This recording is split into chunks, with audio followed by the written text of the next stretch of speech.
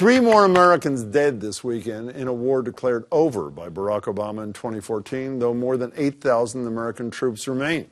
Three more Americans dead in a war Donald Trump is thinking about sending up to 5,000 more troops to.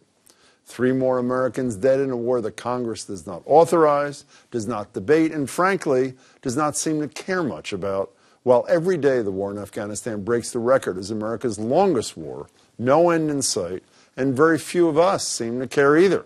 We have a volunteer military.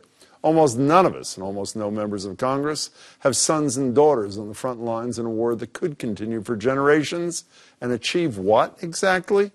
An Afghan member of the Army Commando opened fire on the three Americans Saturday.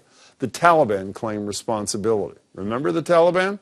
We were fighting the Taliban and al-Qaeda when this war began. We are still fighting them. Now we're also fighting ISIS. American troops are perpetually risking death to train, advise, and assist either Afghan or Iraqi troops. Yet fighters for the three terror groups seem to kill with horrific precision without much training or assistance at all. Could commitment be the issue, or the continued expectation that Americans will do the heavy lifting? Fed up, a bipartisan group of lawmakers is finally demanding a congressional debate and ultimately a war vote.